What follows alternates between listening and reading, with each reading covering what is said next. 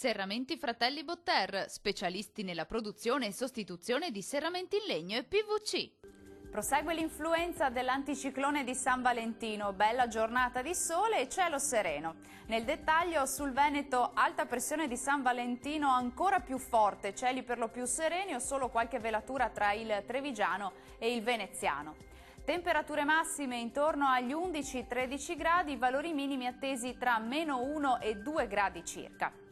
Andiamo a vedere che tempo farà sul territorio del Friuli Venezia Giulia, sole splendente ovunque e assenza assoluta di nubi come ci mostra la nostra grafica.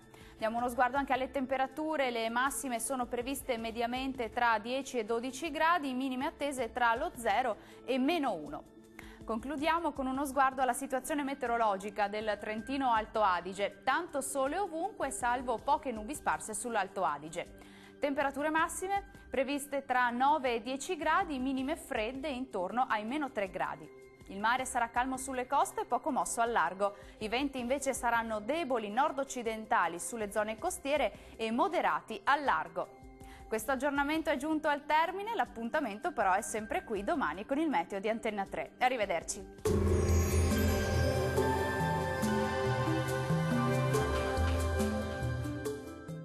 Serramenti Fratelli Botter, specialisti nella produzione e sostituzione di serramenti in legno e PVC.